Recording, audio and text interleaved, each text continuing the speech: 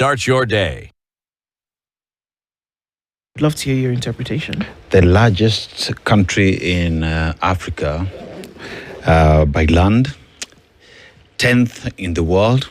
They are heavy on fossil fuels, primarily exports fossil fuels, making petrol cheaper than water in some areas. You know, they are also, they just left the Africa Cup of Nations, thanks to Nigeria. Yeah.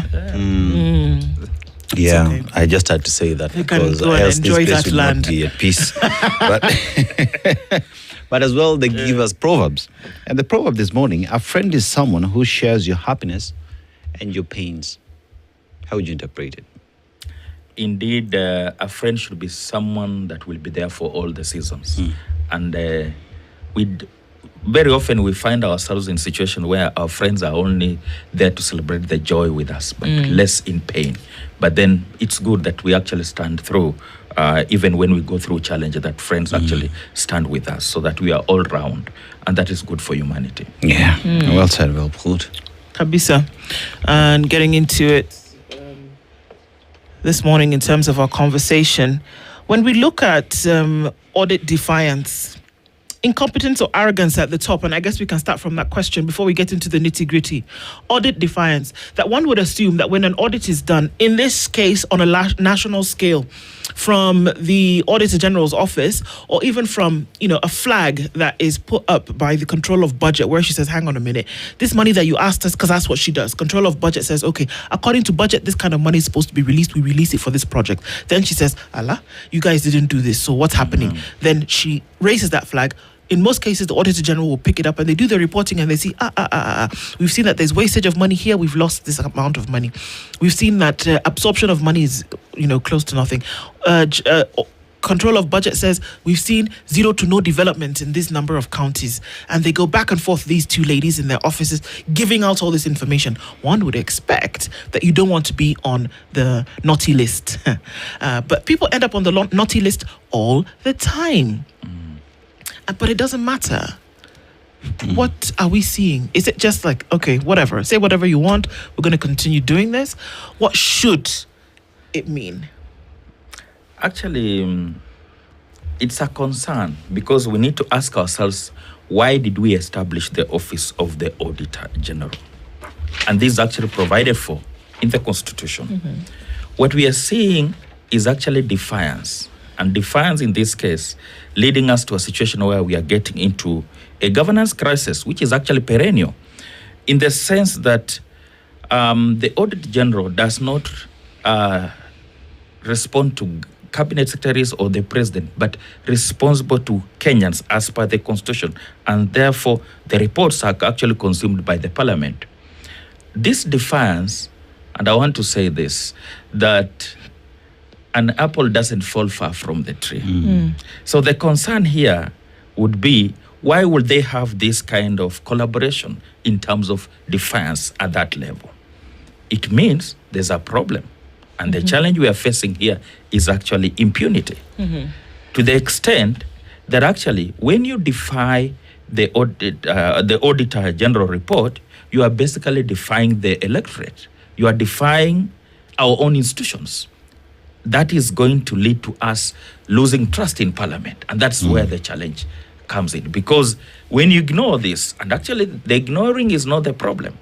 The problem is actually perpetuating impunity and therefore drawing us to a situation where we are getting into a serious governance crisis.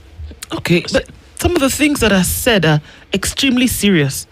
When she says that there has been zero development in a county, for example, this is the reason why counties were created in the first place. It was for development of certain regions of the country that devolution as a concept came into existence in 2013. Right. And then that funds came from the national government in treasury to these devolved units in order for development to occur. So now if from the books there is no development, is this not a serious thing? And we seem to just kind of, brush it away like, okay, okay. Is this not a serious thing? It is that serious. Let me tell you, today, even as we are sitting here to have this conversation, probably the cabinet secretaries should have actually stepped aside. But what does it mean? It means basically that there's a problem from the top. The defiance and the disrespect to the rule of law, what we are lacking here is actually missing the rule of law. We are actually missing respect for institutions. That's what provided for within the Constitution. When you get deeper to this report, it's actually saying, as a country, we are actually celebrating impunity because we allocate money. The recommendations are made by the auditor. We do not act on them. And it's business as usual. Remember, she made these recommendations. 1 year down the line, no changes have been done. And we have situations, for example, where Mathare Hospital has actually been allocated 1.8 billion, but they have to account through the ministry as opposed to being given the autonomy to actually operate. And that's just one of the examples. And again, what does this mean?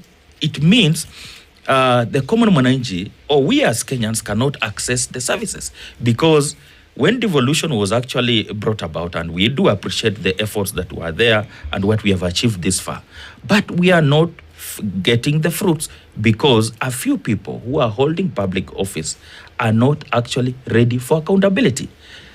When we look at the auditor's report, it's actually a mirror on how we are supposed to govern ourselves, as opposed to seeing it as a political tool. And that's why she submits a report to Parliament and not to the executive. So it's a consumption for all of us. We, the people, are actually auditing ourselves through her office. And therefore, we need to hold anybody defying this to actually answer. But Dr. as the Auditor General does her job and submits these reports to the August House, which is a representation of the people, right? Yeah. One would then ask the question, if this has been delivered to members of Parliament who are then supposed to query that report and ask relevant questions, even call for prosecution of individuals who have embezzled funds or who cannot respond to these queries, has Parliament failed Kenyans in doing its job in making sure that taxpayers' money is accounted for? Let me be very candid with you. Our parliament is actually a rubber stamp parliament.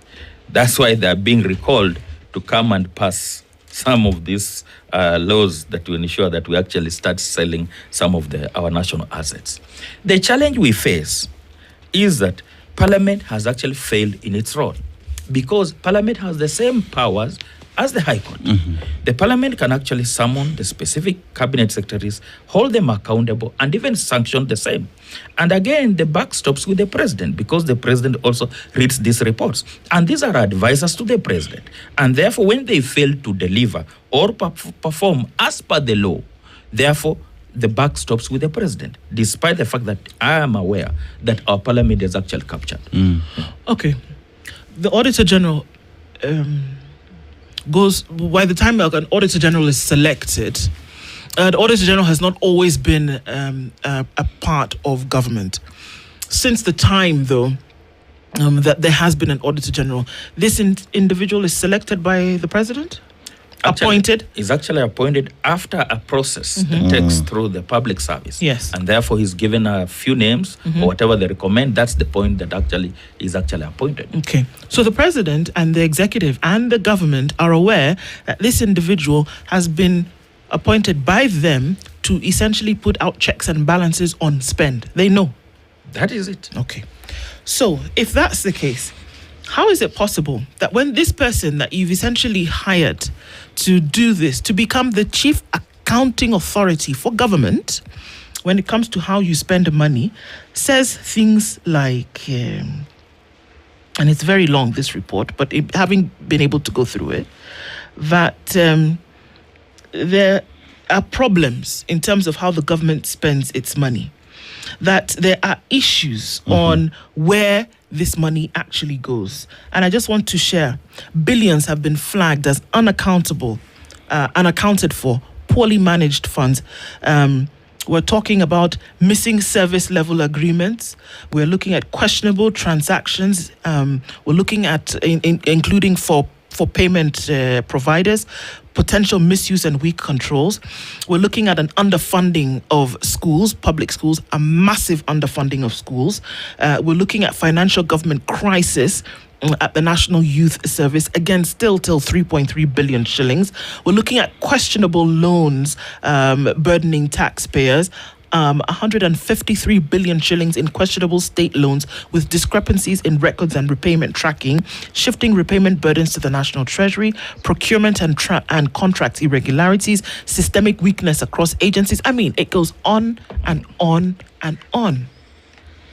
She's pointed out, and it's not just her, we often think that it's just her, but there's a whole fleet of folks who work on these things and comb through for counties, for constituencies, for government departments, for ministries and their departments across board. How is it that wherever she looks, there's a problem and we are not able to deal with that issue, or we just don't want to, but we're looking for money? The reality is that we have a problem as a country in terms of accountability. Mm-hmm. We are not honest as a government, as a people. We basically budget to steal. And that's why we have a problem in terms of disengaging on the levels of autonomy for these agencies under different ministries, for example. We still have the same problem under counties where they have established municipalities, around 45 of them. 45 counties have actually established municipalities, but they basically fund-stricken. These are also challenges we are facing when it comes to disbursement of funds to the county governments. So we are seeing a problem running through from the national government to counties to the state agencies, and there's basically no accountability. Why? Auditor's report is actually an indictment in terms of our governance problem. It's a challenge because there are many elements of mismanagement of funds. For example, IFMIS, a number of monies have actually been lost. A lot of money is lost through IFMIS. Mm-hmm. No evidence of those transactions that actually keep on changing here and there, or those ones that have actually deleted in the system. But then, whom are we holding accountable? The cabinet secretary is basically a political appointment. We have the permanent secretaries. We have got advisors within those ministries. We have got qualified Kenyans working within those agencies that provide this information, and they see where the loophole is. The challenge is we do not have the political will to ensure that administratively we are delivering services. And I find it quite disturbing that we are thinking about, for example, Singapore, and we actually have such challenges. It's crazy. So the question is, are we likely to get there if we don't really seal these loopholes? Oh, I can tell you now. Yeah. Now, Yeah. there is nowhere. It's not good. You're not going. I'll explain. We saw some pictures over the weekend, and it fills in right into this conversation that just getting into the weekend, call him what you want to call him, social pariah, whatever the case may be. But Rigathi Gachagua said, you know what? Come on, guys. There's no reason why a student from Northeastern should not be able to go to a school in Northeastern. That why do we have to cut them across the country? And the answer to that question is that because you do not have adequate education institutions in Northeastern, in your counties, right? Yeah. And that brought about a reality for many people. And they said, hold on a minute. Perhaps what the Auditor General has been saying all this time is actually true. Let me give you some numbers. All right? Go ahead. Okay. Now, looking at money that has been received by these counties, and this is just an example, because we can do it in other parts of the country as well, and set it up vis-a-vis the development agenda that has been seen. Now, this is equitable share. Remember that there are no counties that get above the other. This is equitable share. Now, since 2013 to 2024, all counties cumulatively received about 3.6 trillion shillings in equitable share. Mandera County received 116.4 billion shillings. Wajir County, 94.1 billion. Garissa County, 80 billion shillings. Marsabit County, 74.2 billion. Isiolo, 45.5 billion shillings. All right? The total for the three core of Mandera, Wajir, and Garissa was 290 billion. We also saw that there were additional funds that counties receive besides equitable share, such as conditional grants for specific programs, own source revenue and development partner funds, but these are not always aggregated the same way as the equitable share. For reference, Mandera, Wajir and Garissa together received an additional 15 billion shillings in recent years from a specific development allocation program. This was also found in the Auditor General's report for 2025 data. Okay?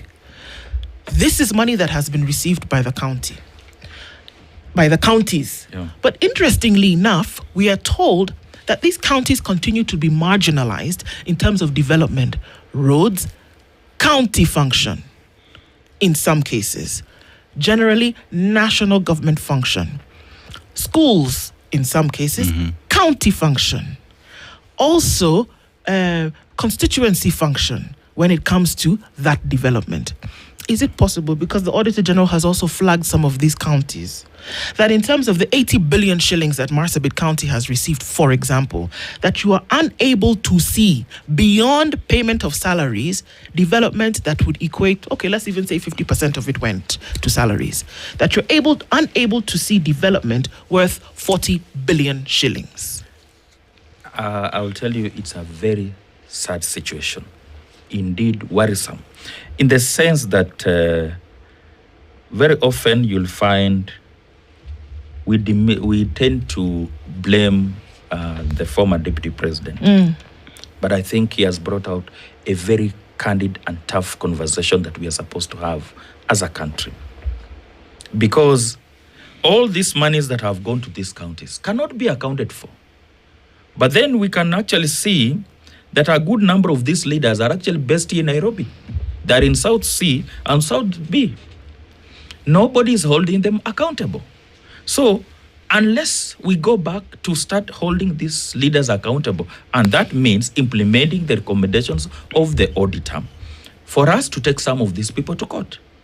We could not continue whining and blaming others for marginalization while we basically marginalize ourselves. And that is actually goes to these Northern Frontier counties. Initially, yes, there was a problem.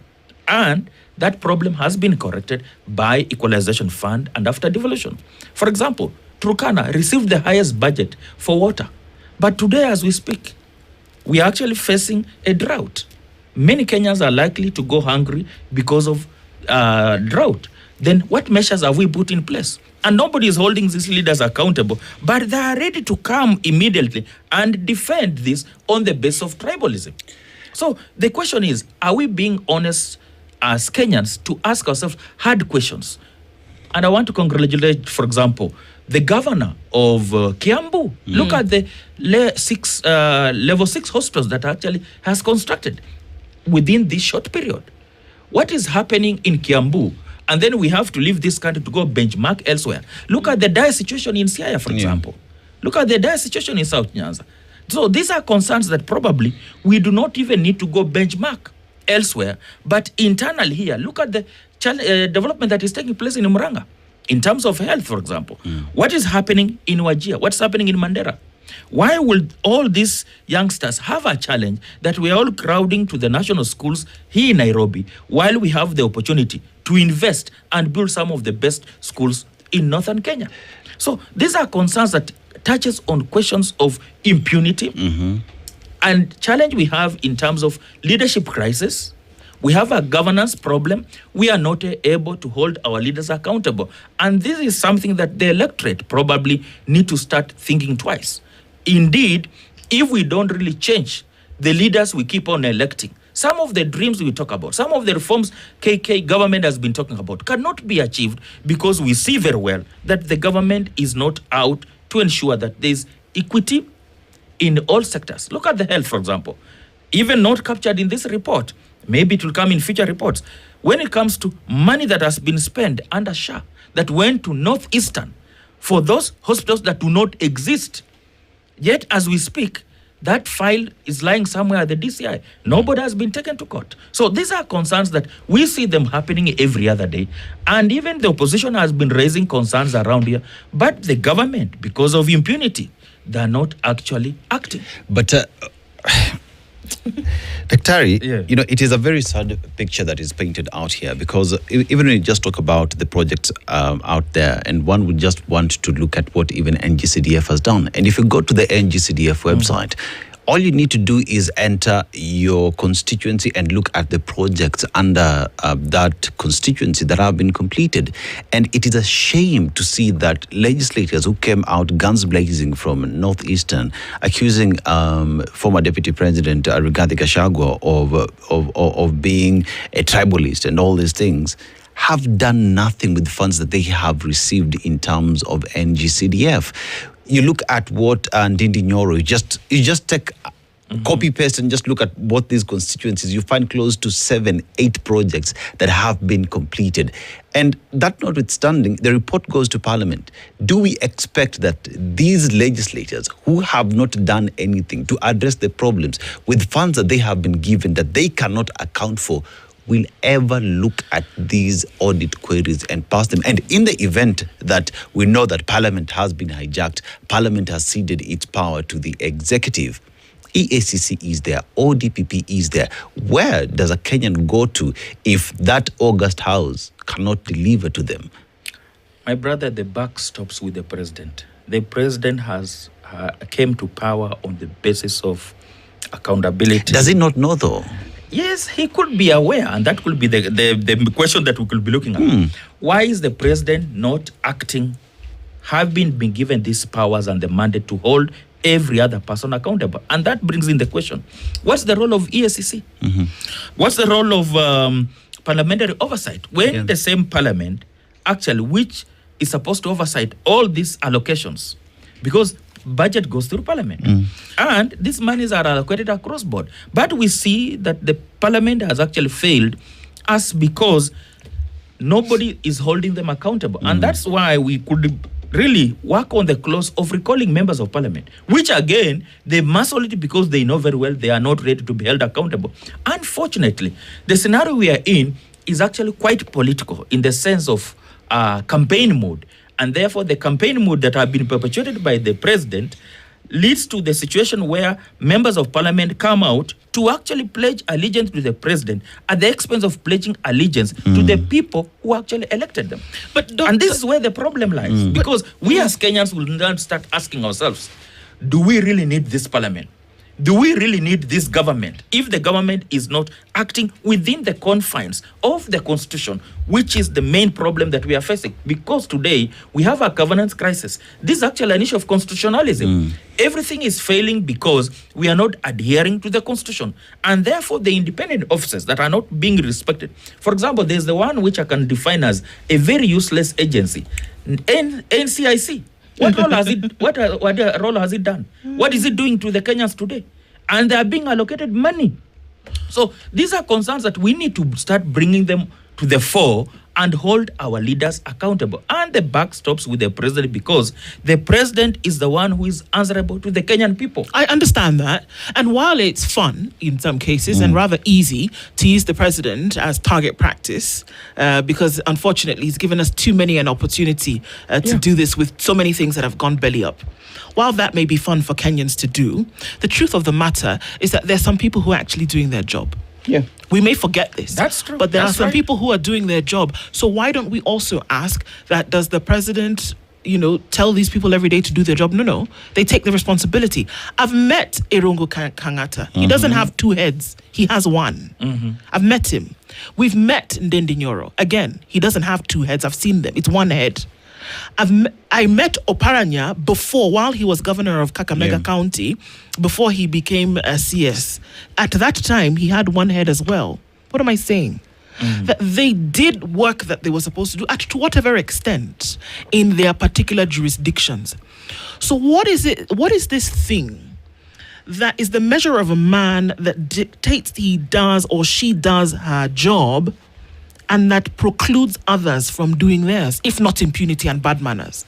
That somebody doesn't need to watch you and say, oh, please do the job. Oh, please don't steal 1 million shillings today. Oh, please don't steal. Oh, please make sure that you do your job. No. That it is an individual responsibility, as easy and as fun as it may be to poke holes that we can. There are many things that we can blame government for. In fact, in about a minute or three, we'll be doing that, and we're saying that your priorities are all messed up. But there's some situations where people just have to take responsibility for their inaction or for their action. That can we get to the point whereby it will be an agreement that everybody has messed up?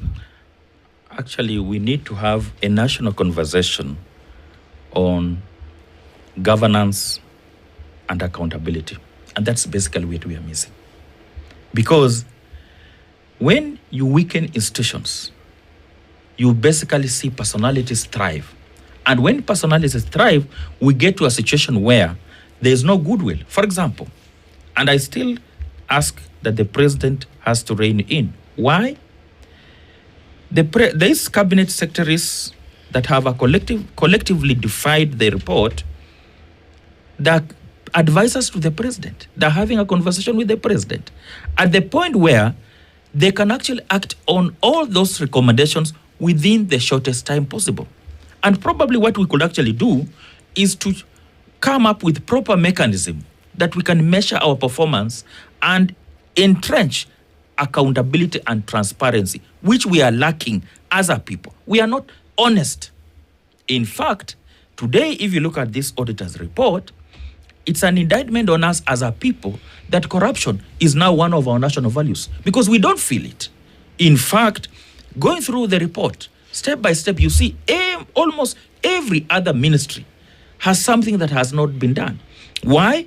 Yet these are people who have got qualified technical people within the ministries.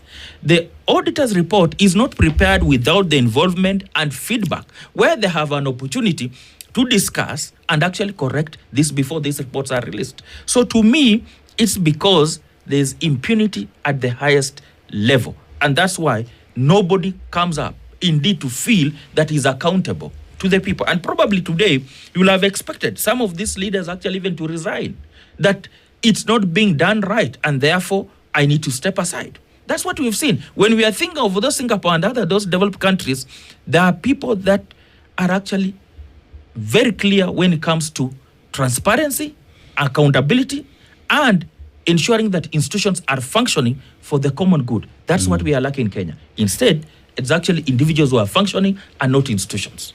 Yet, Dr. this is something that has existed in the country for a very long time, that we have what we call budgeted corruption, that at the time when you get into budgeting process, someone has sat somewhere and have found a way to embezzle all these monies, right? Yeah. Is there end in sight? Yes, there is. And if there is end in sight, what's the responsibility of the electorate? Because at the end of the day, we will sit, we will complain, we will do everything. We have established that the house that is supposed to speak on behalf of Mwananchi, which is the August House that has been donated these powers by the Mwananchi, is not speaking Mwananchi's language. They are there to do their business, kaput, go, right? Yeah. EACC, what are they doing about all these funds that are being embezzled? How are they working together with the Attorney General or DPP? Where are they? What is the responsibility for Mwananchi now, even as we talk about the election, in terms of putting in leaders who are accountable and who will get in there to work for them? How do we intertwine everybody into this conversation? You know, one of the things that we face as a country, we have got very many laws and we are not missing laws. What we are missing is actually the rule of law. What we are actually missing is the respect to the institutions. And therefore, all these institutions, including independent constitutional officers, must be held accountable. And that means it's a awakening call that the electorate and the responsible officers need to be held accountable. If not, then they need to be taken to court. For example, we have the Public Finance Management Act, which actually supports the work of the auditor. All these are so many loopholes that can even institute private prosecution, because we have the office of the ODPP, we have the police in terms of the DCI specifically, and we have the EACC, but they are not doing their work. If you want to know that they are not doing their work, we do not see fruits of fighting corruption. And therefore, corruption just remains as a slogan.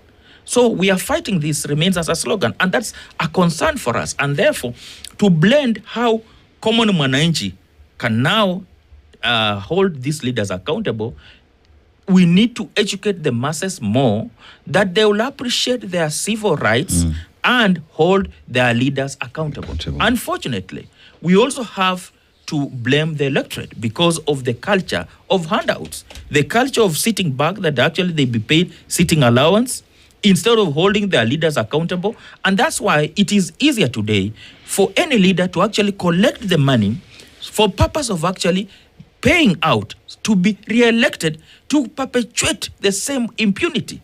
And this is something that we have to stop. We have to ask ourselves as Kenya, where do we want to go?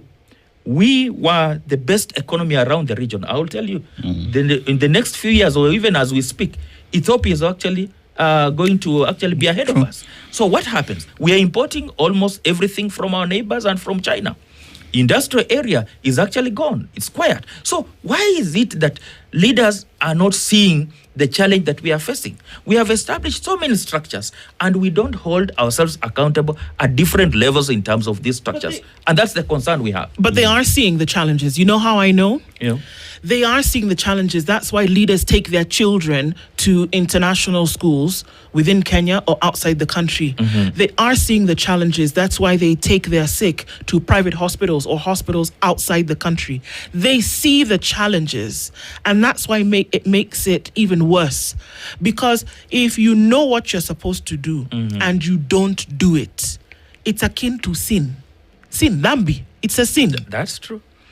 So they do know the challenges. But I don't think they know. I don't think they see That's the why challenge. it makes it work. If they didn't see the challenges, they would be taking their children to public schools. But if they did see the challenges, they would be taking their sick to Kenyatta National Hospital. And that's why we need to actually raise the concern more, because why would they take to the private hospital, for example, or the private schools at the expense of the public schools? That's why it's so bad. That's why it's so bad. And that's why the common man should actually rise up. Which is my point, that we should be able to see with just how much contempt they view the Kenyan people.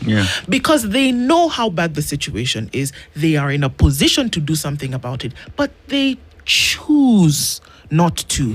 And how they deal with it is take children to international schools and then post for us on X here how they've graduated with flying colors. I think meanwhile, there are children who are languishing in poverty today, 12th of January, who will not be able to go to school. It's on the front cover of it's on the headlines of one of our dailies. They will not be able to go to school. They scored very well in the exam, which is a pre-indicator for which school you will go to or how you will go to school, but they can't because they can't afford it. These leaders are aware of that situation. Okay, let us say that they didn't know. Okay, fine. Yesterday, they didn't know. Today, they know. What are they doing about it? I think I will take it back this way. You know, our leaders are actually our own mirror, and our leaders are a reflection of who we are. I think that should be the conversation. We as Kenyans should start asking ourselves, are these leaders the right leaders for us? Are these leaders going to take us to the Canaan or going to take us to Singapore? That is where the questions begin. And the concern for me is that unless we educate the masses to understand, to appreciate their role and how they need to hold the leaders accountable, we are actually going to be in a big problem. Why? If you look at the resources we have in this country, for instance, today, we have our budget takes about over 50% goes to the wages. So why can't we actually deconstruct the government, have narrow down the expenditure, and then spur the private sector to actually bring about development that we so desire, as opposed to everybody struggling to be and to work with government for purpose of actually draining or getting to the coffers at the expense of the common mwananchi? Those are the questions we should start asking ourselves. Because if today, for example, we made the national government more lean and state agencies more accountable by providing a platform for citizen monitoring, for providing for an opportunity for these citizens to even institute private prosecution against some of these officers, this country is going to wallow in the same problem that we had for the last 50 years. And that is where the concern comes in, that indeed these reports should be taken seriously. If somebody is not acting on this report, they need to be taken to court. Because they're defying the Constitution. Do you think that the Auditor General needs more powers? Should the powers of the Auditor General be expanded to include investigative and prosecutorial powers? I'll actually laugh it off because EACC has asked for the same. And you remember, and history has it, that when they actually sought so much, you remember our friend PLO was actually sent on leave and was paid for 5 years just because members of parliament did not want that scrutiny. Today, even if we gave the auditor more powers, without political goodwill, we cannot achieve much. And that's why, for me, the buck stops with the president.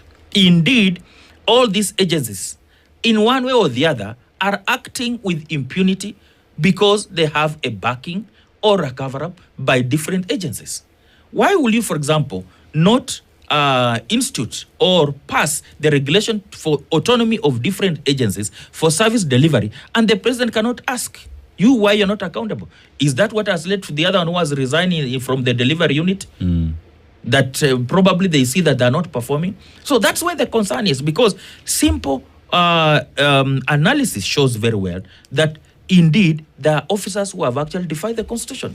And these are the people we should be, as we talk now, they should actually be prosecuted by the relevant agencies. Daktari, I just want to put it as raw as it is. Yeah. It is a situation where we have the report, Parliament has the report, the President has the report, all the relevant agencies that should ensure that all these funds, there is answers to these queries that are asked, know what needs to be done. But they look straight in the eyes of Kenyans and say, Mtadu. Is that the situation we're dealing with? I think we are dealing with a situation of that nature, plus incompetence. I will say probably these cabinet secretaries, are they competent enough to understand their role and responsibility as provided for in the Constitution and what they're supposed to execute based on recommendation of the auditor? Are they aware? Who are the advisors to the cabinet secretaries? And then why are they not able to execute this? So this is actually a question that we need to actually resolve, probably by seeking interpretation from the court of law. Because we see very well incompetence here. We see a challenge where you basically do not allow this agency to autonomously operate for purpose of actually mismanagement or incentives, or taking these monies to areas that are actually not budgeted for. Therefore, why are we sitting back pretty comfortable that this is the auditor's report and everybody's quiet about it? I think that's where the problem is. And that's why I think Kenyans of goodwill, we need to actually to move to court that actually this can actually be implemented, and we hold several leaders accountable. As we look at the race towards a development society, is it possible that all of these things are happening in the way in which they are, and that the very next step that government would want to take is towards a developed society? I would think that there are narratives in the air, and we as Kenyans do not question what our leaders tell us. And that's why, for example, I've been opposed to this Singapore story, because we have Vision 2030 that is actually coming to an end. Then the question I would have expected indeed is, where has the president constituted a team to come up with Vision 2050 or Vision 2060 for us to come up with specific milestones to start working on as we move towards Singapore? But nobody's asking the president these questions. The president will come up with a narrative, take us through, then at the end of the day, we just sit pretty comfortable that nothing has happened. And I'll give you an example. The Hustler Fund. Much has been raised by the auditor before. Lost funds from the Hustler Fund. Where's accountability within that? Nobody's bothered to actually explain where some of this has gone. Today we have concerns around privatization, which is basically stealing public funds in the name of privatization. So that is again a concern. Who is actually questioning why are we privatizing some of these national assets? The other question will be, if we really need to move forward as a country in that development trajectory, what are the areas we need to focus on as a third world country? What are the most pressing issues? Is housing one of the most pressing issues that will take us to Singapore? Or about providing an avenue of tax incentives and spurring the private sector that people can actually own land and actually build the houses for themselves. So where are our priorities as a country today? Are our priorities right, for example?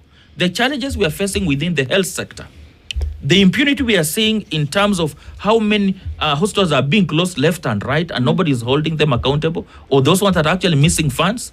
So these are concerns that probably we need to start asking ourselves, do we need these institutions? Are these institutions working for us? Or if they are no longer working for us, then what do we do about them? Okay. And that's why I'm opposed to the issue of, for example, giving the Auditor General more powers. We have many institutions with those powers. What are they doing? Why can't Parliament, for example, today summon the respective CSS and even ensure that these matters are actually prosecuted? Because the Parliament actually has lawyers that actually can go to court. And what happens in other happens in other jurisdictions? If you have somebody who is the vanguard of a particular ministry, in this case Kenya, they are CSS, and that you have perennial, number one, loss of funds, you have perennial retrogression, that means you're not moving forward. You don't think twice. These people are relieved of their duties. They're relieved of their duties. We can even use the footballing word because people say it's just a sport. No, it is actually an example of an organized institution.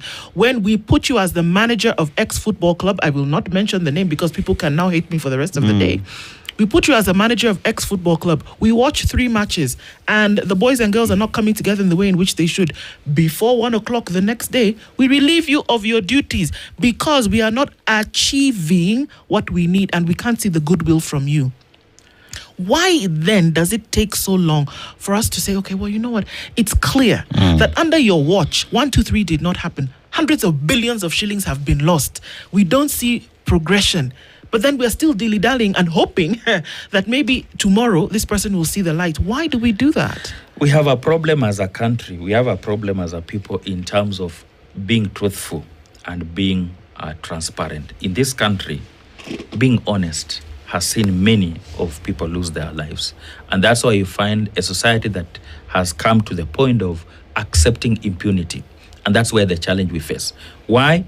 If we hold our leaders accountable at the simplest level, unfortunately, we find ourselves in a situation where we are actually 92 or 93% Christians, and with a population of Muslim, all this religion, and we actually failed to uphold some of these values and teachings that we so endear ourselves to.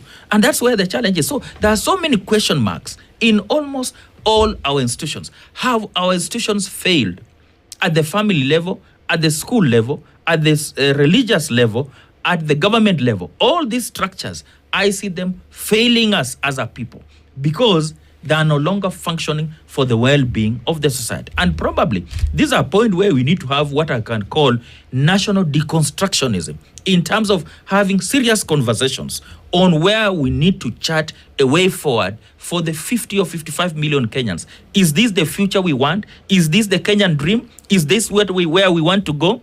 If we only make our institutions functional and hold our leaders accountable, I'm telling you, tomorrow will actually be a second world country or a first world country just because we are holding ourselves accountable. Today, our prisons hold a good number of people who are actually people for petty crimes.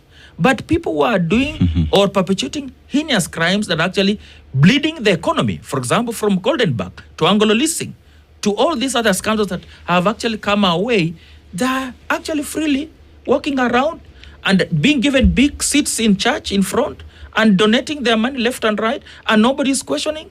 Indeed, is this the country we want for ourselves and our children? That is the concern. And I want to ask the president, please wake up from that slumberland of campaign mood and hold leaders accountable. Retrospectively, the president needs to ask himself if this is where he wants us to go.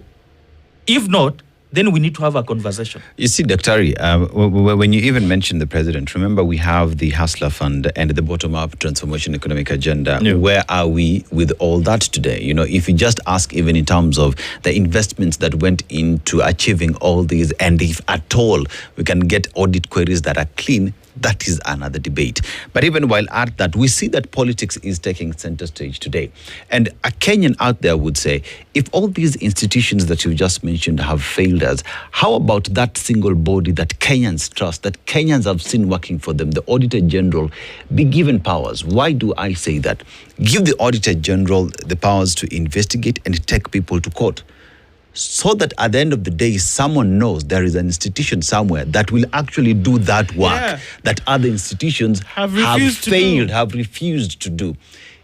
Is that the reason why today Parliament would not want to give the Auditor General these powers, because they know their goose is cooked? And is that also the reason why we're not seeing political goodwill in ensuring that all these other institutions do this same work that we're pushing to see the Auditor General do?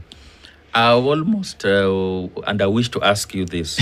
If they have not given EACC prosecutorial powers, will they indeed give the auditor the same powers? And the EACC has basically failed us consistently.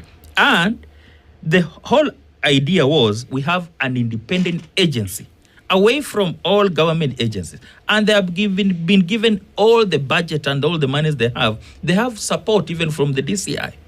But we can't see the fruits. We can't feel it, because we will see something is not right, but then EACC cannot take these people to court. So even at a point where we were transitioning, and I'll take you back to 2022, you remember we had so many cases in court, and when we transitioned and had a new government, most of those people who are actually in court, including the former deputy president, were actually walked scot-free. They went free. That these actually they are actually described as politically engineered corruption crime. Therefore, there was no corruption. So, if this is the situation, do you think today, even if we gave the Office of the Auditor General the same powers, if they are not if they are actually disobeying the simplest recommendation and they are not implementing, even if they went ahead to prosecute, will it bring change? No. We have enough laws, my brother. In fact, this country has got some of the best lawyers in the region. The question is, why are we failing? We are failing because we lack goodwill. That's the only thing we miss in this country. If we had the will that I can take you in as my brother, because you have actually, we found your hand in the national coffers, then we take you in. Everybody else will actually agree with the government. But today, impunity is all over. Let me give you an example. In the transport sector, how many regulators do we have in transport sector? Over 6 or 7 of them. But look at the challenge we face on the road. Yep. So these are questions that I would want to avoid issues of more regulation or more powers. We just need to change our behavior. Our mannerism as a people is wanting. Is there a hunger? That is why we need to ask ourselves. Is there a hunger for this, though? Because I was in Kenya at the time when, back and forth, when Mishuki rules came into play. And this is always used as an example. That people were ready to walk. People were ready to walk and not take matatus if the matatus were going to flout the rules. Exactly. Mishuki came in and said, you know what? We will enforce this thing. It will work. But the tone had to be set from the top of the industry. And he said, you know what? You don't want to wear uniform? We're going to take you off the road. You want to misbehave on the road? We will arrest you and fine you. You want to throw garbage out the window? We will not let that happen. And for the time that he was there, people followed the rules. People would even get into a public service vehicle and demand the decorum of the conductor and the driver. Yeah. The tone was set. People will flow into direction if it is offered. Indeed, you will agree with me when I tell you that the buck stops with the president. And when the fish rots, it rots from the head. The reality of the matter is that our leaders are not demonstrating the best example for us to take. During Kibaki regime, Michuki was very candid on how we could actually implement those laws. And there was citizen arrest left and right. And the citizens were complaining and saying, you cannot take bribe. You are not doing the right thing. And what changed because of the desire to be re-elected or around there, because we now had the issue of the orange and the banana, they said you don't need to put on uniform so that you can just continue doing the work. And that's how we started losing it. Today, we have a bill around regulation of religious institutions. If we are very candid about it, then let's move ahead and implement it. The same thing, the president, for example, is attending each and every function, which hurts me to a strong extent, because I will not expect the president to be micromanaging.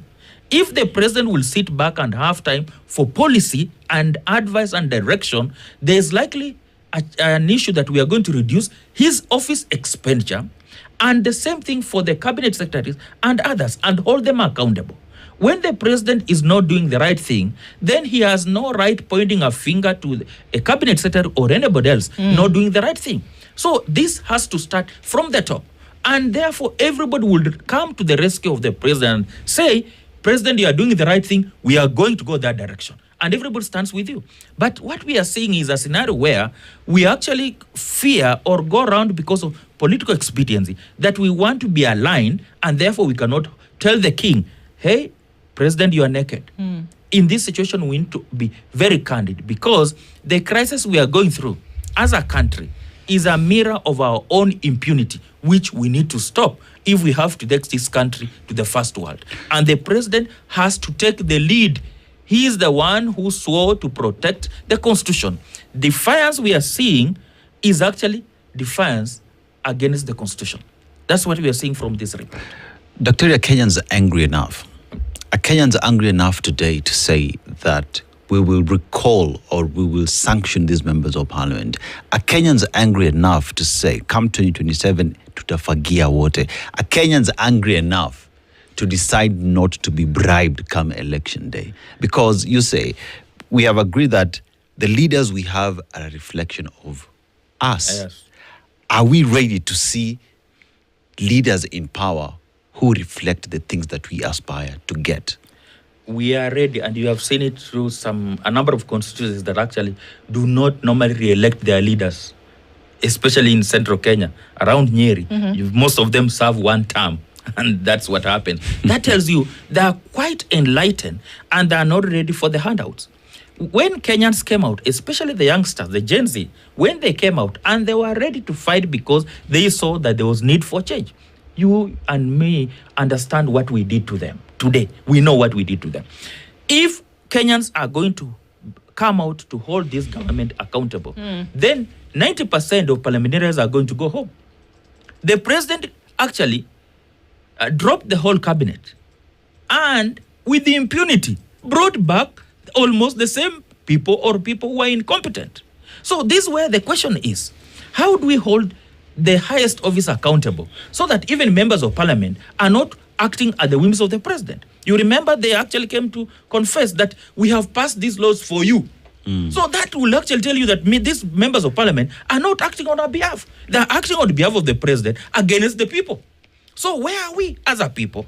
The people need to rise. The people need to hold their leaders accountable. Even as we move, now that we are already in the campaign mood, even as we move towards 2027, conversations should be around accountability for anybody who is seeking public office. Right. And that is a concern, because if we don't do that, then we are going to entrench impunity, and corruption will just remain as a slogan. We will not solve any problem in this country. Mismanagement, because the money we have is enough for all of us. Indeed. As a people, it can actually perpetuate us or somersault us to the first world if we hold ourselves accountable. County governments, for example, they have established so many institutions, but are they working? The county executives are held at the whims of the governor. Why are we not holding the governor? And yet we have the name of oversight, MC oversighting, parliament oversighting, everybody. What are you oversighting if these are what we are actually seeing? These are the questions, and because they are that's pertinent. where the problem is. Because the oversight has actually become a simple way of actually making money. They actually raise a concern so that you give them money, they keep quiet. So they are not working for Kenyans. And Kenyans, I want to speak to Kenyans today. Please hold your leaders accountable from the simplest level. And that's when we can actually change this country. And that's when we can change this country. At 8:02, Dr. Luchetu Likaka is governance expert. He's been here with us this morning to have these candid conversations, that we must be candid and grab the bull by the horns. It's for Kenya, it's for tomorrow, it's for the people. Asante Sana, Daktari, for being here with us this morning. Thank you. To propel this conversation. It's our hope that we can do it again and not tire of having this kind of discourse. And we continue with more conversations as we get along in the Situation Room. It's 8:02. Good morning. This is the Situation Room, the only way to start your day.